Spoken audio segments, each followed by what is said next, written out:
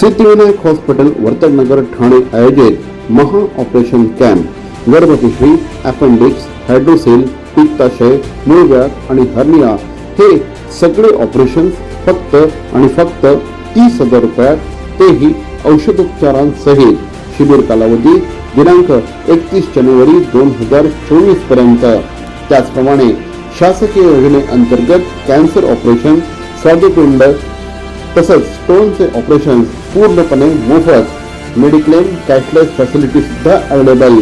Siddhivinayak hospital वर्तनगर Thane आयोजित महा operation कॅम्पचा आजच लाभ घ्या. अधिक माहितीसाठी 9321677978 आणि 8591441609 या क्रमांकावर संपर्क साधा. CP Goenka International School, nurturing talent at young age for scholastics, sports and performing arts in global perspective. Proud to have world toppers and country toppers in 10th standard Cambridge examinations. Ranked the best emerging school by the Times of India for personality over percentage. CP Goenka is the intelligent choice. नमस्कार. गेल्या काही वर्षांमध्ये महिला आणि मुलांवर देखील अत्याचाराचे प्रमाण मोठ्या प्रमाणात वाढत आहे. एकीकडे महिलांमध्ये आणि मुलांमध्ये अत्याचाराचे प्रमाण वाढत असताना ज्येष्ठ नागरिकांमध्ये देखील अनेक इश्यूज, अनेक अत्याचाराच्याच घटना आपल्याला बघायला मिळतात. बऱ्याचदा मुलं सुना त्यांना सांभाळत नाहीत. कधी कधी पैशासाठी त्यांना खूप मोठ्या प्रमाणात हॅरेसमेंट केली जाते. तर या सगळ्यावर काम करणारी एक संस्था आहे कॉज फाउंडेशन. कल्पना मोरे यांनी कॉज फाउंडेशनची सुरुवात केली. कॉज फाउंडेशनच्या कल्पना मोरे या आता आपल्यावर आहेत. मॅडम, सर्वप्रथम ठाणे वर्तमानमध्ये आपलं हार्दिक स्वागत. नमस्कार. कॉज फाउंडेशनच्या माध्यमातून त्या गेले 10 ते 11 वर्षांपासून कार्यरत आहेत. गेल्या काही वर्षांमध्ये शाळा आणि महाविद्यालयांमध्ये ड्रग्सचं प्रमाण देखील वाढलेलं आहे. या सगळ्या ज्या गोष्टी आहेत ना, ह्या आपल्या समाजासाठी अत्यंत मोठ्या प्रमाणामध्ये घातक ठरणाऱ्या गोष्टी आहेत. या सगळ्याची चीड आली. या सगळ्याबद्दल जाणीव जागृती करण्याची गरज आतून निर्माण झाली आणि त्यातून कॉज फाउंडेशनची निर्मिती झाली. मॅडम, एक्झॅक्टली काय अशी सिच्युएशन होती की तुम्हाला कॉज फाउंडेशन सुरू करावंसं वाटलं? नमस्कार, मी कल्पना जितेश मोरे. गेली 10 वर्ष आम्ही समाजकार्यामध्ये स्वतःला वाहून घेतलेलं आहे. म्हणजे स्वतःचा संसार, व्यवसाय हे सगळं सांभाळून सुद्धा मला या कामातून बाहेर पडता आलं नाही. समाजकार्यातून बाहेर पडावंसं वाटलं नाही. कारण जे आजूबाजूला घडतं आहे ते पाहून स्वस्थ बसणारी मी नाही. लहान मुलांवर अत्याचार होत आहेत, जाऊ दे ना, मला काय करायचंय हा विचार मी कधी केला नाही. याविषयी काहीतरी सोल्युशन निघालं पाहिजे हाच विचार कायम मनात राहिला. मोठ्या मोठ्या मुली, निर्भया कांड झालं त्यावेळेला सगळा देश हळहळला. पुन्हा ये रे माझ्या मागल्या, सगळ्या प्रकारे सगळ्या ठिकाणाहून मुलींची हॅरेसमेंट होत राहिली. मग याच्यावरती कोणीतरी आवाज उठवा. फक्त कॅन्डल मार्च काढून काहीही होत नसतं, त्याच्यावर सोल्युशन काढणं जरुरी असतं. म्हणून तेव्हापासून आम्ही या विषयावरती काम करायला सुरुवात केली. सेक्शुअल हॅरेसमेंट हा विषय फार महत्वाचा होता, पण आजही माहित नाही का पण कोणीच याविषयी बोलायला तयार होत नाही. जोपर्यंत आपण या विषयावर बोलत नाही ना, तो विषय संपणारच नाहीये. कारण याच्यावर सोल्युशन निघायचं कसं? तर आता सोल्युशन काढण्याची वेळ आलेली आहे. जेव्हा लहान लहान मुलं शाळांमधून पॉर्न बघतात, त्यांना सांभाळायचं कसं, त्यांना कंट्रोल कसा आणायचा, त्यांच्या मोबाईल अडिक्शन वरती काय सोल्युशन पाहिजे, त्यांच्या नको त्या प्रश्नांना उत्तरं देऊन किंवा टाळून काही होणार नाहीये, त्यांना उत्तरं द्यायला पाहिजेत. मग ती उत्तरं व्यवस्थित आणि योग्य प्रकारे मिळाली म्हणजे गुगल बाबांनी सांगितलेली उत्तरं आहेत. त्यांनी स्वतःला जी दिलेली स्वतःची समजूत जेव्हा माणूस घालतो ना, त्यावेळेला तो योग्य ट्रॅकवर असतो की हा मी गुगल वरती सर्च केलं आणि मला हे मिळालं म्हणून ते बरोबर आहे. तर असं नसतं. आई वडिलांनी सांगितलेलं वेगळं असतं आणि एक मित्र म्हणून जेव्हा आम्ही सांगतो तेव्हा ते वेगळं असतं. तर यासाठीच कॉज फाउंडेशननी सोल्युशन काढायचं ठरवलं आणि आम्ही याच विषयावर गेली 10 वर्ष काम करत आहोत. एक्झॅक्टली. कशा पद्धतीने लोकांपर्यंत तुम्ही पोहोचत आहात? आणि हे सगळं ज्यावेळेस तुम्ही लोकांपर्यंत पोहोचत आहात, लोकांशी संवाद साधत आहात, म्हणजे ठाणे महानगरपालिकेच्या जवळपास 150 शाळांमध्ये जाऊन विनामूल्य, हे महत्त्वाचं आहे, 150 शाळांमध्ये जाऊन विनामूल्य त्यांनी आत्तापर्यंत अवेअरनेस कॅम्प घेतलेले आहेत. कशा पद्धतीने तुम्ही लोकांपर्यंत पोहोचत आहात आणि लोकांचा, महिलांचा, लहान मुलांचा कशा प्रकारचा रिस्पॉन्स मिळतो आहे? आता गेल्या वर्षी ठाणे महानगरपालिका आणि आपले ठाणे जिल्हाधिकारी शिंगारे साहेब यांनी आम्हाला म्हणजे यांच्याशी जेव्हा आम्ही हा विषय डिस्कस केला की या म्हणजे व्यसन हे शाळांमधून वाढताना दिसतं आहे, तर या व्यसनासाठी किंवा या मुलांना त्याच्यापासून लांब ठेवण्यासाठी अवेअरनेस आणणं जरुरी आहे. कोणतंच मूल वाईट नसतं, जन्मताच ते काही वाईट गुण घेऊन येत नाही. मग त्यांना फक्त राईट ट्रॅक दिला, फक्त तू अभ्यास कर, अभ्यासाव्यतिरिक्त दुसरं काही बघायचं नाही, काही बोलायचं नाही असं म्हटलं तर ते मूल अगदी हाताहून वाया जाणार एवढं नक्की. तर त्यांना त्यांच्या ज्या काही हॉबीज असतात त्या कंटिन्यू करून त्यांना त्यांच्याविषयी म्हणजे व्यसन हे काय आहे, ते चांगलं का वाईट, मोबाईल काय आहे तो चांगला की वाईट, किती प्रमाणात वापरला तर चांगला आणि त्याचा अतिवापर कसा धोकादायक, या सगळ्या गोष्टी आम्ही त्यांना नाटकाद्वारे किंवा व्हिडिओ हे दाखवतो, क्लिप्स दाखवतो, त्यांच्याशी गप्पा मारतो, त्यांच्याकडनं एक शपथ पण घेतो की आम्ही याच्या पुढे कधीच व्यसन करणार नाही. तर असा हा आमचा कॉन्सेप्ट आहे जो गेली वर्षभर आम्ही राबवला. गेल्या बालदिनाला आम्ही हा कॅम्पेन चालू केला. आता या 14 नोव्हेंबरला त्याला वर्ष होत आलंय. कॉंग्रॅच्युलेशन्स. साधारणपणे ह्या ज्या तुम्ही 150 शाळांमध्ये तुम्ही गेलेला आहात, काय परिस्थिती तुम्हाला जाणवलेली आहे की हे जे ड्रग्सचं जे पेनिट्रेशन आहे, हे पेनिट्रेशन किती पसरलेलं आहे आणि आपल्या समाजाला हे किती घातक आहे, काय तुम्हाला जाणवतं? कारण तुम्ही लोकांपर्यंत जात आहात या माध्यमातून.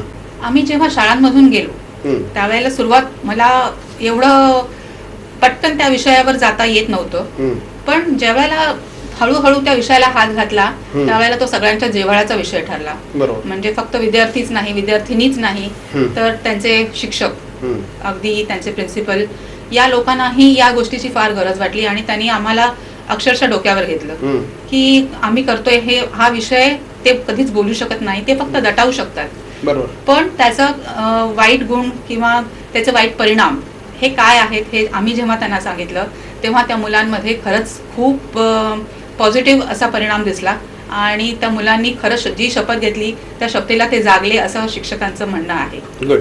पण हे असं एक अवेअरनेस कॅम्प होऊन काही तिथे फार म्हणजे डेफिनेटली जाणीव जागृती होणार, पण एक जर का सस्टेनेबल इफेक्ट जर हवा असेल लॉंग टर्ममध्ये, कायम मुलांमध्ये याच्याबद्दल जागृती पाहिजे, तर मग शाळांमध्ये काय झालं पाहिजे असं तुम्हाला वाटतं की जेणेकरून ही जी पिढी आहे, विशेषतः अतिशय कोवळी मन असतात, कुठल्याही गोष्टीला ते सहज भुलतात, तर ते त्या गोष्टीमध्ये बद्दल त्यांचं अट्रॅक्शन होऊ नये.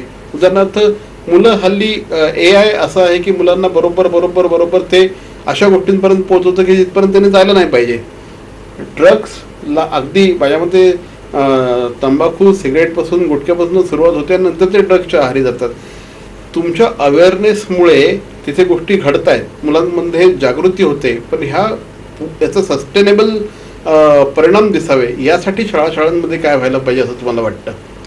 आम्ही तोच विषय अतिशय गंभीरपणे विचार केला की नुसतंच अवेअरनेस देऊन उपयोग होणार नाही, कारण प्रत्येक शाळेमध्ये जरी म्हटलं आपल्या ठाणे जिल्ह्यामध्येच एवढ्या हजारो शाळा आहेत, आम्ही फक्त पालिकेच्या शाळांमध्ये नाही तर प्रायव्हेट स्कूल्स आणि कॉलेजेसमध्ये सुद्धा अवेअरनेस आणतो आहोत, पण प्रत्येक ठिकाणाहून आतमध्ये जाताना आम्हाला ऍक्सेस घेताना बराच वेळ लागतो, परवानग्या घ्या आणि बरंच काय करावं लागतं. तर हे टाळण्यासाठी आम्ही आणखीन एक सोल्युशन आणलेलं आहे जे आम्ही आता इम्प्लिमेंट करणार आहोत या वर्षीपासून, जे म्हणजे आमचा एक सेल हा तिथे कॉलेजेसमध्ये किंवा स्कूल्समध्ये असणार आहे, जो शाळा आणि टीचर्स म्हणजे जे प्रिन्सिपल किंवा जो ट्रेनिंग स्टाफ आहे त्यांना आम्ही अवेअर करणार आहोत, त्यांना आम्ही ट्रेन करणार आहोत की सेलमधून या गोष्टी घडल्या गेल्या पाहिजेत आणि अवेअरनेस नुसताच अवेअरनेस आणून उपयोग नाही, त्याच्यावर सोल्युशनही आम्ही देणार आहोत. एक्झॅक्टली. ठाणे पोलिसांचा एक भरोसा नावाचा सेल आहे, एक अशी विंग आहे की जिथे लहान मुलांमध्ये जे काही चाइल्ड अब्यूज होतं, महिलांमध्ये जे काही डोमेस्टिक व्हायलन्स होतो, ज्येष्ठांमधना सुद्धा जे काही अत्याचारांना सामोरं जावं लागतं, या सगळ्या गोष्टींना भेटणारं एक सेल आहे ठाणे पोलिसांचा, त्याचं नाव आहे भरोसा सेल. या सेलमध्ये कल्पना मोरे मॅडम या तिथे काउन्सिलर म्हणून काम करतात. आजपर्यंत साधारणपणे 2014 पासून ते या क्षेत्रात काम करत आहेत आणि आजपर्यंत 3000 पेक्षा जास्त लोकांचं त्यांनी काउन्सिलिंग केलेलं आहे. या भरोसा सेल विषयी सांगा मॅडम, की या भरोसा सेलपर्यंत लोकांनी पोहोचावं कसं, याचं एक्झॅक्टली काम काय आहे याविषयी सांगा. अगदीच याविषयी मला याच्याविषयी जागृती होणं जरुरी आहे. कारण बऱ्याचदा आपल्याविषयी काही जेव्हा गुन्हा घडतो त्यावेळेला स्पेशली लहान मुलं किंवा मुली, वयात आलेल्या मुली आणि महिला या वर्गाला माहीत नसतं की आपण करावं काय. पोलीस स्टेशनला त्यांना डायरेक्टली जाऊन गुन्हा नोंदवता येतो एवढंच माहिती असतं, पण त्यासाठी काउन्सिलिंग ही केलं जातं किंवा त्यांना योग्य दिशा दिली जाते, ती फक्त भरोसा सेलमध्ये हे माहीत नाहीये. तर याविषयी मला खरंच भरोसा सेल हे आपल्या ठाणा कमिशनर ऑफिसचा वेगळा सेल आहे जो अँटी करप्शनच्या अगदी बाजूला आहे आणि तिथूनच या सगळ्या केसेस हँडल केल्या जातात. आपले DCP शिवराज पाटील आणि joint commissioner Datta Karale sir यांनी छान अगदी उत्तम प्रकारे सांभाळलेली आहे जबाबदारी आणि असंच ठाण्यात भरोसा सेलचं इम्प्लिमेंटेशन बऱ्याच ठिकाणी केलं जात आहे. एक्झॅक्टली किती साधारणपणे ज्यावेळेस तुम्ही 3000 पेक्षा जास्त लोकांचं काउन्सिलिंग केलेलं आहे, प्रचंड मोठा नंबर आहे हा. कारण एका वर्षामध्ये जर का 365 दिवस पकडले, तुम्ही 10 वर्ष काम करताय, ऑन ॲन ॲव्हरेज प्रत्येक दिवशी तुम्हाला एक काउन्सिलिंग येत आहे. याचा अर्थ ही किती मोठ्या प्रमाणामधली सामाजिक गरज आहे हे आपल्याला याच्यावरनं लक्षात येतं आहे. हे एक मुलांमध्ये गुड टच बॅड टच याच्याबद्दल सुद्धा खूप हल्ली गोष्टी घडत आहेत. याची कारणं काय वाटतात तुम्हाला सर्वप्रथम, आणि तुम्ही सोल्युशन्स काय देताय? चाइल्ड अब्यूज हा अतिशय गंभीर रूप धारण केलेला रोग आहे जो समाजात लागलेला आहे. आज घराघरामध्ये लहान मूल सेफ फील करत नाही. स्वतःच्या घरातली काही मंडळी त्यांना अब्यूज करतात, त्यांच्याशी वाटेल तसं अश्लील वागतात, त्यांना पॉर्न दाखवतात आणि त्यांच्यावरती लैंगिक अत्याचार करतायत. ज्या वेळेला म्हणजे लहान मुलांना शिकवलं जातं की बाहेरच्या माणसांशी बोलू नये, तो अनोळखी असेल तर त्याच्याकडून चॉकलेट घेऊ नये आणि अशा प्रकारे आई शिकवत असते. पण घरातल्या घरात आईने काय शिकवायचं की बाबांशी बोलू नको, आजोबांशी बोलू नको.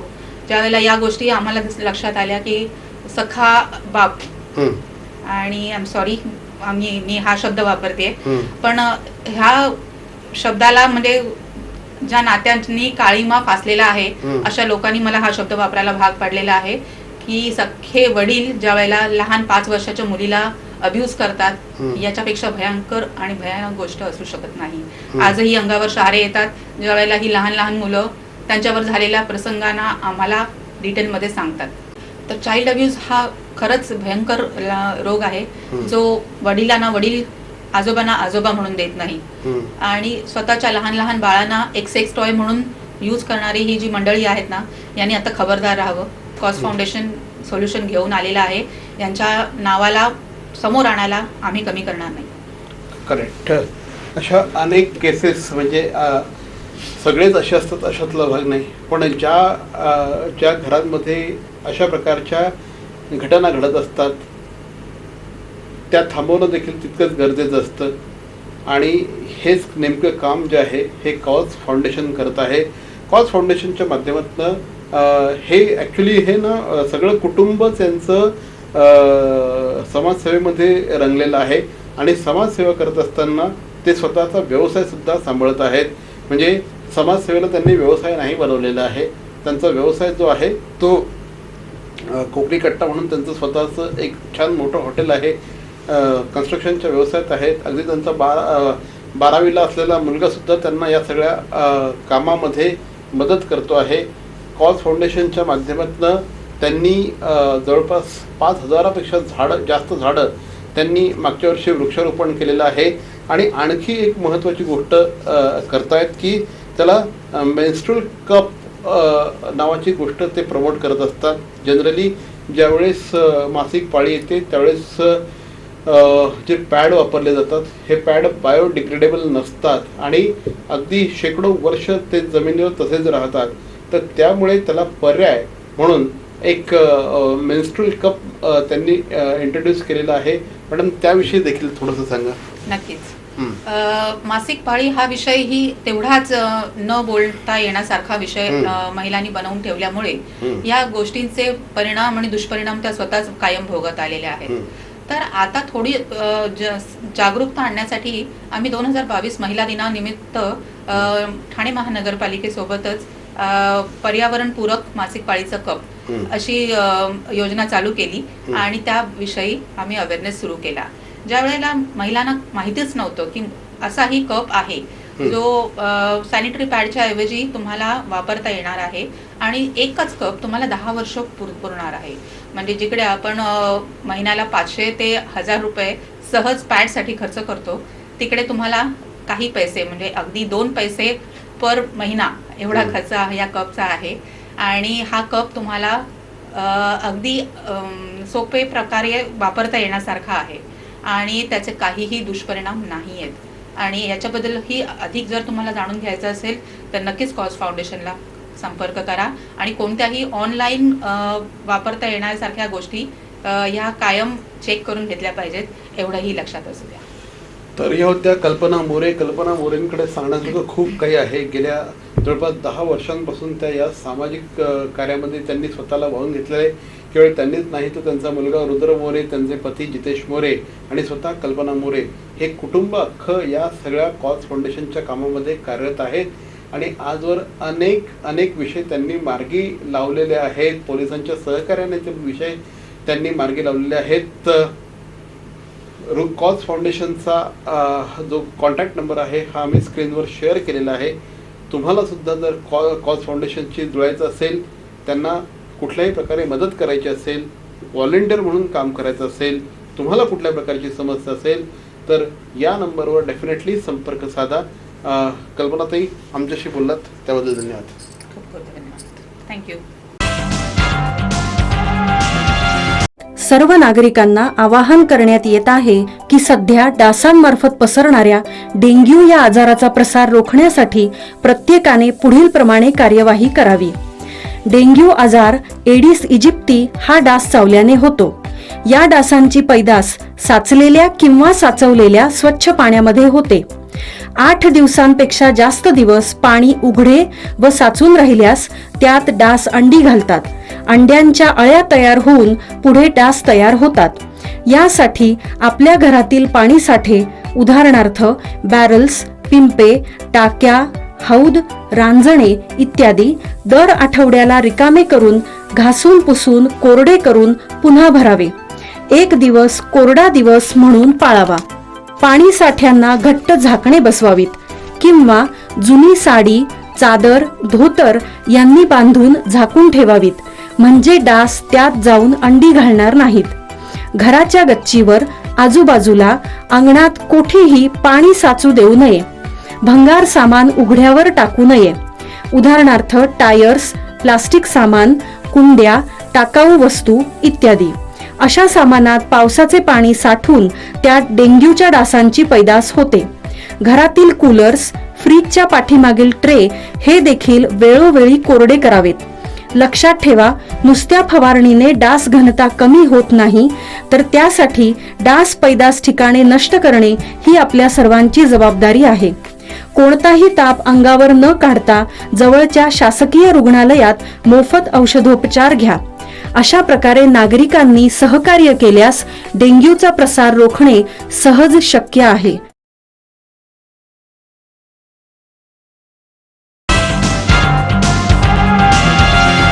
चित्पावन ब्राह्मण मंडळ ठाणे या संस्थेच्या वतीने भव्य खरेदी महोत्सवाचं आयोजन दिनांक 5 ते 14 जानेवारी रोजी सकाळी 11 ते 9 या वेळात घंटाळे मैदान येथे आयोजित करण्यात आलं आहे.